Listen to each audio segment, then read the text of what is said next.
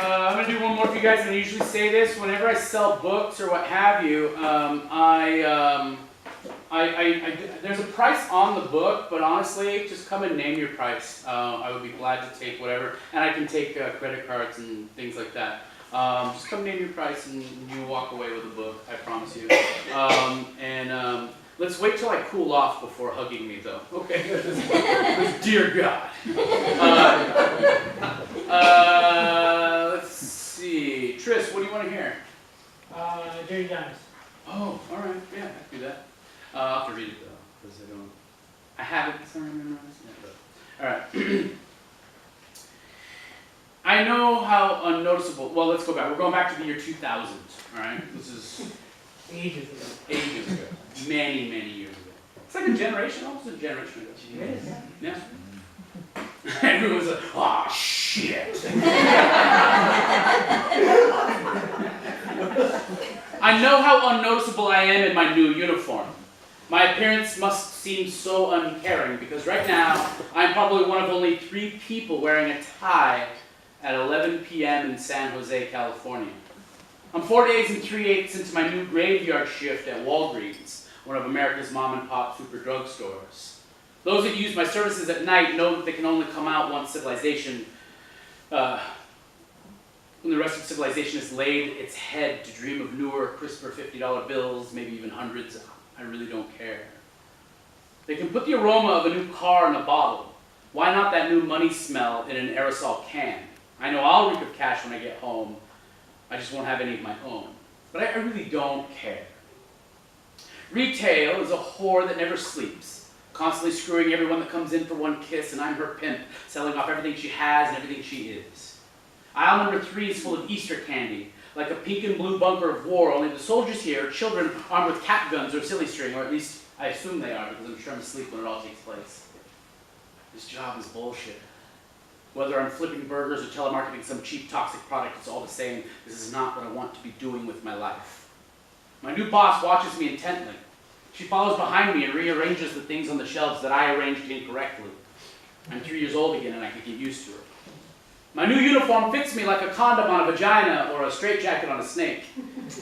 At least it's comfortable. I suppose I could get used to this. My boss has been here for at least 3 years. I've never held a job for that long. I don't think I could ever devote that much time to someone else's money. I mean, it is my money too, even though it makes me feel weird. It's still my money that I'm earning. I sweat for that paycheck every 2 weeks. Maybe someday, one of them will set me free. Now, 1/10 of the money I put into the cash register is mine. So I count each and every customer that comes in. It's not an exact science, but it keeps me sane and sweating. And this is when I start to care. I count the customers in tens, and every 10th customer is responsible for my next paycheck. It's easier to put a random face to it all. Whatever it is they purchase, they're technically buying it from me, from my sweat, from my aching feet, from my 8 hours on the clock, and from my 3 hours on the bus to and from home. My 7th customer makes a line on my register with nothing in hand but a wad of money that smells like gratuity. He's a brawny bastard who looks like he just woke up from a respectful nap. He asks for some instant film at 1:46 a.m. He doesn't want a stranger to develop his pictures. He drives a cab the same time I clean the store. Most of his passengers are inebriated, lonely women who want nothing more than anonymous backseat coitus and a ride home. They probably regret paying this man because for him it's all profit. He shows me pictures of his models. Large-breasted 30 and 40-somethings sprawled out on the hood of his cab looking drunk, horny, and married. The nipples in the photos are clearer than my thoughts on the actual situation. I asked to see them and now I regret it. These ladies probably have children I went to school with. I really don't care. 20 minutes later, customer 8 rings my bell and I rush to the counter. I smile inside because she is a beautiful woman, and what would a woman this gorgeous be doing in my store at 2 a.m.?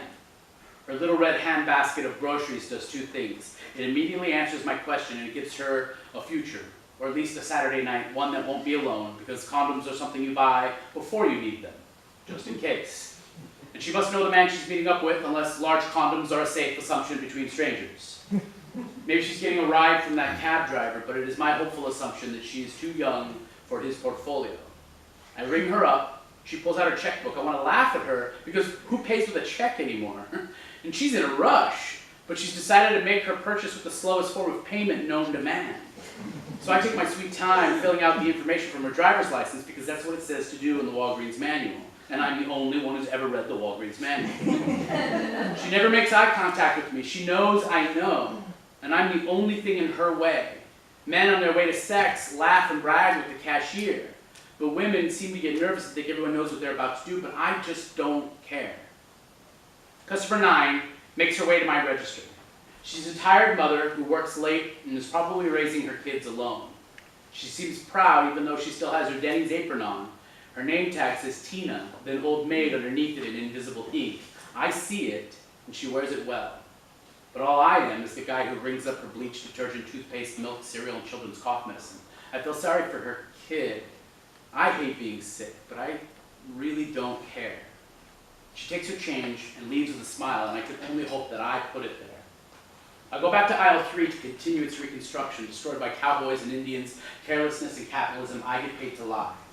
The door chime rings, and I hear 2 women enter the store. They sound amused and hurried. I work on the shelf in front of me, and I wait for the bell on the counter.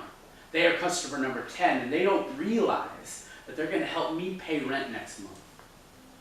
I wait for the bell on the counter. Once they get done with their shopping, they ring it, and I make my way to the register. I turn past the peanut brittle and crayons, and I see them. 2 women, barely 30, waiting for me to reach them. And they watch my slow legs as I approach. I get to the counter, and my eyes are drawn to the items that they're buying, and then to the skin of the woman closest to me. She's wearing a man's dress shirt, completely unbuttoned and no bra. The skin I see is her stomach and her chest. I can see her entire right breast, so I look up and away, ashamed. I'm forced to look at her face, which is far too thin to be healthy. A bandana squeezes her bald head tightly. Her eyes bulge like those of surprise. Her sunken face looks like that of a former beauty queen. She stares at the products as I ring them up, and I try not to stare at her small breasts every time her shirt swings open. Her friend stands behind her, clean and strong. Maybe she's her lover. Maybe they're related, but none of the items will tell me who the friend is. They only say that the exposed woman is ill and that she bleeds from sores and wounds. She's afflicted with something, but none of the products have brand names, so she's poor. Or maybe they're poor together, but they're about to give me their money. I want to strike up a conversation, something to get my mind away from this apparent mortality. Maybe she has AIDS. Maybe she shared the wrong needle with the wrong person, but then again, most dying humans look like a junkie at some point. Her friend looks at her with worry, cementing all of my assumptions. She is her guardian, the one who will watch and is watching her die, the one who will pick out her cheap coffin, the only one willing to bury her. And there is so much love between these two. And I'm taking up way too much of their precious time, so I speed up the process and I bag their stuff as quickly as possible, and I hit the total button. $3.67 in low-grade medical supplies. Maybe these items will help her live another day. I wish I had just given them to her.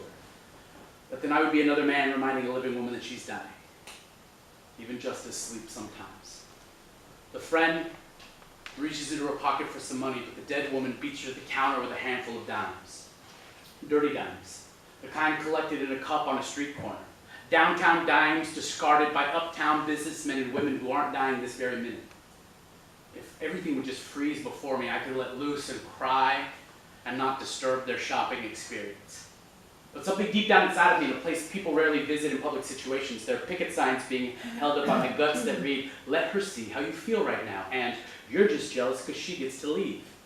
Back in the real world, my pity turns to anger as she picks lint out of the change on the counter.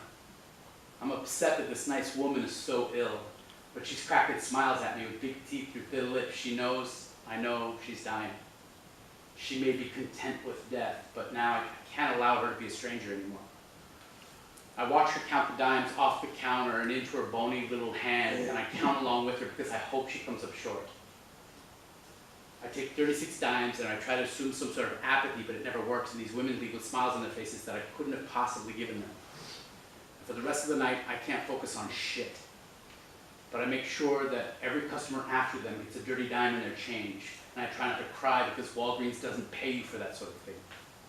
It is 3 a.m., and I'm so tired of trying not to care about people who don't know me. Thank you.